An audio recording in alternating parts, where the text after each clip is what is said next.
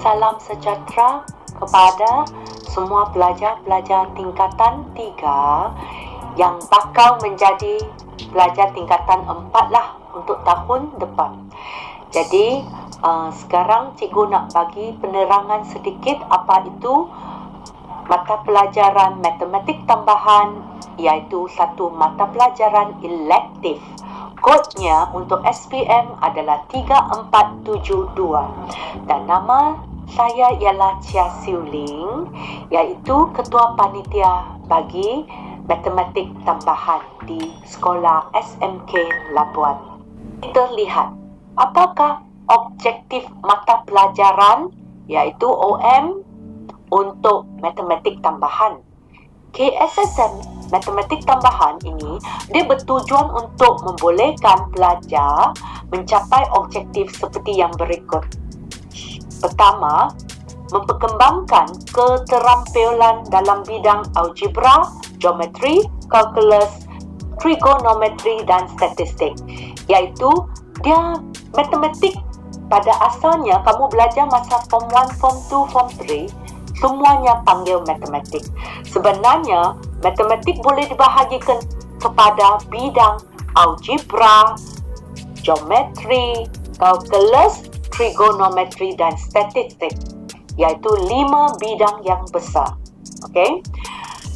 Objektif yang kedua ialah memperkukuhkan kemahiran proses matematik.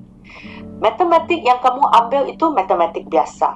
Matematik tambahan ini artinya ayat tambahan itu sudah membolehkan kamu membayang bahawa ya bertambah susah, bertambah mendalam ke dalam matematik. Khasnya untuk pelajar yang berminat pada matematik sahaja. Dan asas matematik mereka kukuh, iaitu biasanya you dapat dalam tingkatan 3, you dapat A dan B. Kalau dapat C, susahlah. Ada susah sedikit, tapi di mana kemahuan, di situlah jalannya. Okey? Dan objektif yang ketiga ialah memperkembang kemahiran berfikir secara kritis dan kreatif serta menakul secara logik. Okey, ini untuk menakul secara logik, iaitu fikiran orang itu, iaitu pelajar itu mestilah sangat kritis dan kreatif, iaitu mesti dapat fikirlah dengan betul, faham ayat matematik yang mereka tanya itu. Okey? Seterusnya, objektif yang keempat, dapat membuat inference dan pengiklakan yang bermunasabah berdasarkan situasi dan pelbagai syarat. Ini jauh lebih mendalamlah kalau banding dengan matematik sahaja. Minat itu sangat penting lah. Cikgu beritahu sekali lagi ya. Ada minat, boleh kekalkan. Kalau tidak, you rasa susah, you akan give up setengah jalan.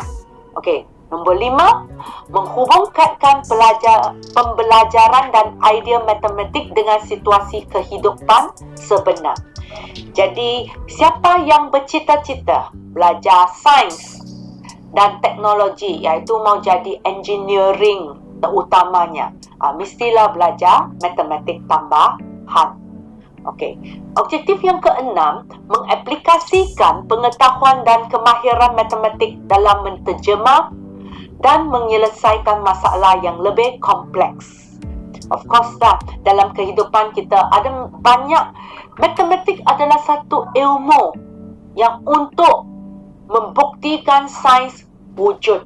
Membuktikan bahawa sains itu adalah wujud. Okey?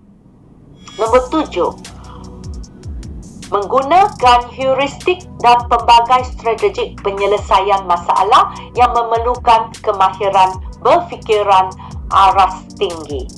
Sudah cakap lah, fikiran beraras tinggi. Jadi, mesti bersedia untuk menghadapi pelbagai soalan kebat. Kebat artinya kemahiran berfikir aras tinggi. Okey? Terusnya, objektif yang 8, menghujarkan penyelesaian menggunakan bahasa dan perwakilan matematik yang tepat dan berkesan. Menggunakan teknologi dalam membina konsep, menguasai kemahiran, menyiasat dan meneroka idea matematik dan menyelesaikan masalah. Dan last sekali, mengamalkan nilai murni, bersikap positif terhadap matematik serta menghargai kepentingan dan keindahannya. Siapa yang suka matematik akan tahu matematik itu adalah sesuatu yang indah. Dia boleh membuktikan segala sains wujud. Okey? Jadi, sains adalah disokong oleh matematik. Kita boleh katakan sains adalah disokong oleh matematik. Ini adalah topik buku teks format KSSM yang baru. Topik-topik yang akan kamu belajar dalam tingkatan 4 dan tingkatan 5. Tingkatan 4, kamu akan belajar fungsi kuadratik. Okey, ini lebih kepada algebra. Kemudian sistem persamaan, indeks, set, logaritma. Lepas tu jangjang dalam English kita panggil progression. Okey. Kemudian ada hukum linear law, geometri koordinat, vektor, penyelesaian segitiga dan last sekali nombor indeks. Jadi bagi tingkatan 4, topiknya ada 1, 2, 3, 4, 5, 6, 7, 8, 9, 10. Ada 10 topik sahaja di bawah format KSSM yang baru. Okay? Bagi tingkatan 5 juga dikurangkan sudah. Dia ada sukatan membulat. Of course, tingkatan 5 punya topik lebih susah daripada tingkatan 4 lah. Sukatan membulat, pembezaan, pengamiran, pilih atau dan gabungan. Ini pilih atau dan gabungan dan taburan kebarangkalian, ini adalah kait rapat. Mereka lebih kepada probability kebarangkalian. Ini perlu pelajar yang ada kemahiran kreatif dan kritis, yang tajam, fikiran yang tajam. Kemudian kita ada fungsi trigonometri, dikira sebagai salah satu topik yang paling susah dalam matematik tambahan. Dan lepas itu pengaturcaran linear dan kinematik gerakan linear. Ini kamu jangan bimbang. Kamu boleh habiskan 2 tahun untuk belajar semua topik ini. Jadi Form 5 hanya ada 1, 2, 3, 4, 5, 6, 7, 8. 8 topik sahaja. Kalau kamu bekerja sama dengan cikgu, besar kemungkinan cikgu akan tolong kamu fahamkan semua. Tapi cuma yang cikgu takut, kamu tidak bekerja sama sahaja. Apa yang berertinya tidak bekerja sama? Tidak buat homework. Itu adalah satu masalah yang paling besar. Tidak faham, mesti tanya. Tapi tidak tanya, simpan masalahnya dalam hati. Itu pun salah satu sebabnya. Kamu kabur, tidak faham. Okey? Jadi, berani bertanya adalah satu kemahiran yang paling penting dalam belajar matematik. Artinya kalau tidak faham, mesti tanya. Okey? Ini format instrumen peperiksaan SPM mulai tahun ini. Okey? Tahun 2021 lah. Mata pelajaran matematik tambahan 3742. Di sini cikgu nak tegaskan bahawa dia ada bahagi kepada kertas 1 dan kertas 2. Dua-dua itu semua subjektif, tiada objektif. Jadi jenis instrumennya dia tulis ujian bertulis. Tiada pilihan A, B, C, D. No. Jenis itemnya adalah subjektif, respon terhad dan juga subjektif, respon terhad berstruktur. So, bahagian A untuk kertas 1 ada 12 soalan. Semuanya 64 markah dan Pelajar perlu jawab semua soalan dan bahagian B ada 3 soalan 16 markah, iaitu 3 soalan jawab 2 sahaja. Dan paper 1 iaitu kertas 1, jumlah markahnya ialah 80 markah. Seterusnya untuk kertas 2, kita sama juga bahagi kepada bahagian A, B dan C. Ini bahagian A juga 7 soalan 50 markah, jawab semua. Tiada pilih. Pandai buat tak pandai buat, wajib jawab semua. Okey. Kemudian bahagian B, 4 soalan 30 markah, dan ertinya 4 soalan pilih 3 untuk dijawab. Dan setiap soalan 10 markah. Sama juga bahagian C, 4 soalan jawab 2, iaitu 20 markah. Jadi 50 campur 30 campur 20, totalnya jumlah markah ialah 100 markah. Jadi kamu akan tanya, cikgu, mengapa kertas 1 80, kertas 2 100? Betul? Mengapa? Bukannya kertas 1 juga 100? Ya, 20 markah lagi ialah berdasarkan apa yang pentafsiran bilik darjah. Ya, performance kamu semasa dalam kelas. Okey? Itulah yang 20 markah lagi. Macam mana kamu punya homework? Ada buatkah atau tidak? Jadi faham?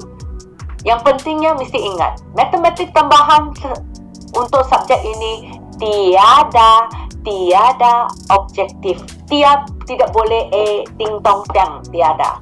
Semuanya. Jadi itulah mengapa biasanya ada orang boleh dapat matematik tambahan 0 markah. Kalau objektif, susah mau dapat 0 markah. Dalam semua soalan mesti pilih, mesti ada sekurang-kurangnya beberapa markah kan. Ada tembak betul kan. Tapi matematik tambahan tiada tembak. Semuanya adalah jawab subjektif. Jadi besar kemungkinan dapat 0. Okey Jadi mesti bersedia kamu semua. Jadi banyaknya konstruknya adalah mengingat, memahami, mengaplikasi, menganalisis, menilai dan mencipta. Tempoh masa untuk kertas 1 2 jam, kertas 2 2 jam 30 minit. Jadi standard kandungan dan standard pembelajaran dalam dokumen kurikulum dan pentafsiran, artinya semua ini dia ikut DSKP. Okey? Yang cikgu fahamlah. Jadi aras kesukaran. Apa itu aras kesukaran? Iaitu soalan yang aras kesukaran susah rendah itu 50%, sederhana 30%. Yang tinggi artinya yang susah 20%. Dia cakap sahaja tapi bagi kamu semuanya aras tinggi. Itu pentafsiran rendah kah, sederhana kah, tinggi berdasarkan kepada orang yang set soalan itu. Tapi kalau kamu kurang menguasai kemahiran, bagi kamu semuanya aras tinggi. Okey? Jadi kaedah pengskoran analitik, okey? Dia artinya ada markah tertentu dan alatan tambahan boleh guna kalkulator saintifik yang tidak boleh diprogramkan. Okey? Seterusnya, ini adalah contoh soalan dalam kertas 1. Dalam dua bahasa, contohnya dia akan diberi log asas P 7 sama dengan R dan ungkapkan dalam sebutan R begini.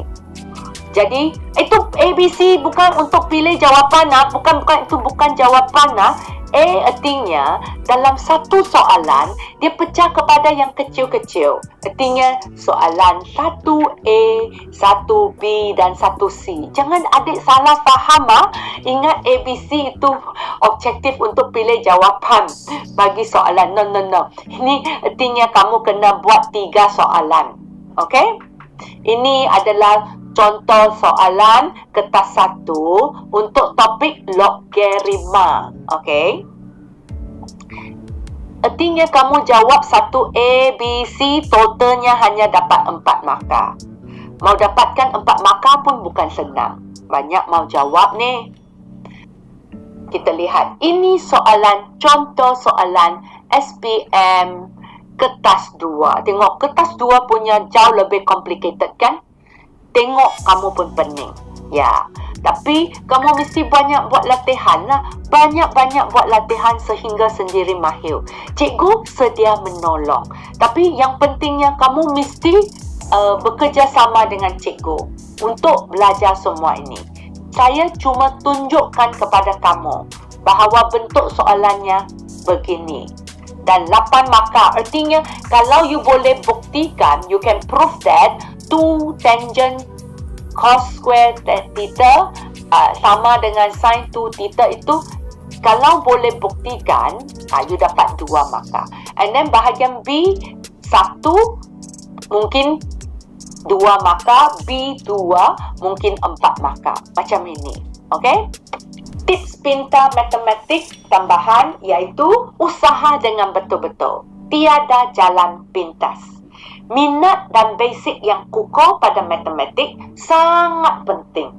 Artinya saya ulang sekali lagi beritahu kamu bahawa kalau untuk dapat ini, you mesti apa? You mesti dia punya basic kukuh lah. Okay. Kemudian next, semangat yang kuat dan tidak cepat putus asas. Okay. Jadi ini sahaja 3 tips. Sekian sahaja dan harap kamu pilih dengan tepat dan bukan ikut kawan. Iaitu terima kasih semua. Bye-bye.